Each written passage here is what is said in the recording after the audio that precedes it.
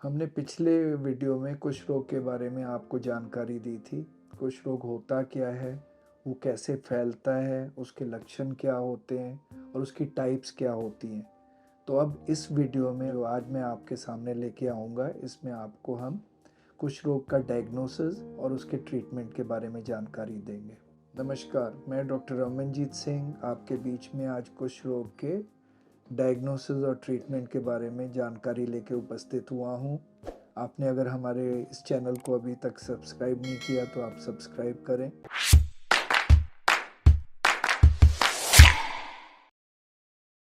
Leprosy जो कुष्ठ रोग है उसको हम लोग कैसे डायग्नोस करते हैं। डायग्नोस करना बहुत ज़्यादा ज़रूरी है क्योंकि लेप्रेसी कई स्किन की बीमारियों से मिमिक करता है। जैसे हाइपोपिगमेंटेड पैच था मैंने बोला, तो वो कई और अन्य बीमारियों में भी देखा जाता है।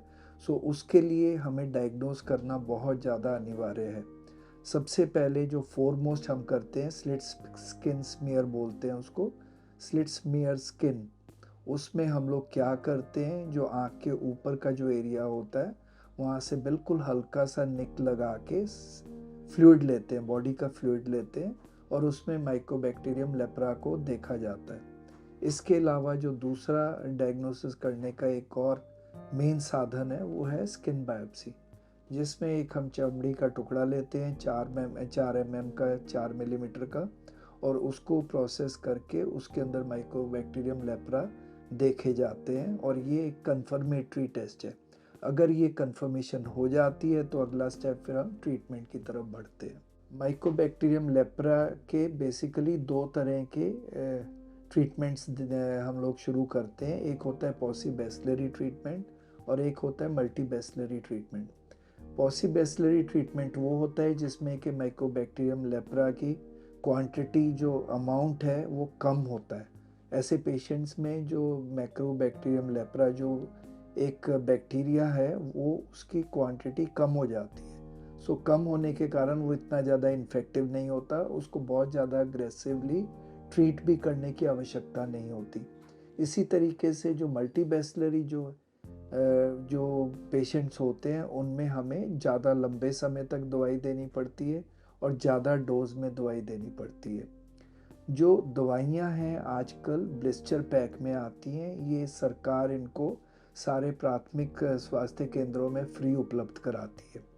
ब्लिस्टर पैक में जो पॉसीबैसिलरी ट्रीटमेंट अगर शुरू किया जाता है, वो 3 दवाइयाँ दी जाती हैं। उनमें से रिफेम्पिसिन, डैप्सोन और क्लोफेज़ामाइन मेन दवाई हैं और ये तीनों दवाइयाँ करीब करीब हम लोग 6 महीने तक देते हैं ऐसे पेशेंट्स में।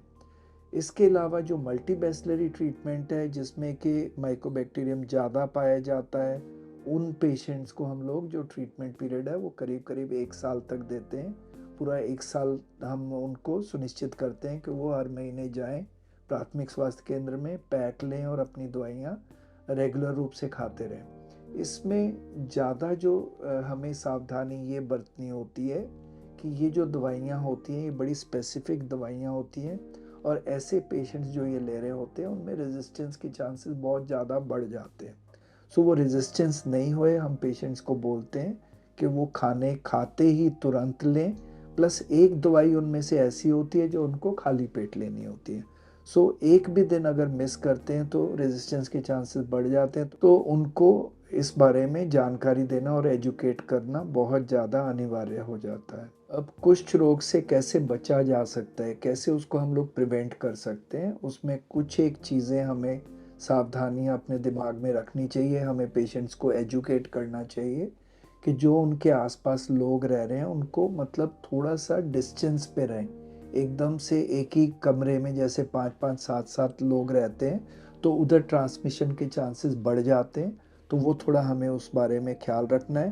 प्लस इसके अलावा अगर इनमें से कोई भी लक्षण जो मैंने बताए हैं अगर पेशेंट को लगता है तो उसको संकोच नहीं करना चाहिए, उसे इमीडिएटली जाके डॉक्टर को मिलना चाहिए, अपना स्लिट स्मीयर करवाना चाहिए, अपनी बायोप्सी करवानी चाहिए, अपनी नर्व्स का ख्याल रखना चाहिए। तो ये सब चीज़ें अगर अर्ली डिटेक्शन हो जाएगी तो हम डेफिनेटली इसको कुष्ठ रोग से बच सकते हैं और इसकी आगे डिफॉर्मिटीज़ होने से भी अपने आप को बचा सकते हैं। आई होप जो मैंने आपको आज लेप्रेसी के बारे में जानकारी दी उससे आपको काफ़ी हद तक लेप्रेसी क्या है और इससे कैसे बचा जा सकता है, कैसे इसका उपचार करा जा सकता है, इसके बारे में कुछ एक जानकारियाँ आपको अच्छी लगी होंगी। और आगे को हम तीसरे भाग में आपके सामने लेके आएंगे, लेप्रेसी के क्या मिथ्स हैं और क्या उसकी हकीकतें हैं, क्या सच्चाई है। सो इसके लिए आप हमारे साथ जुड़े रहें।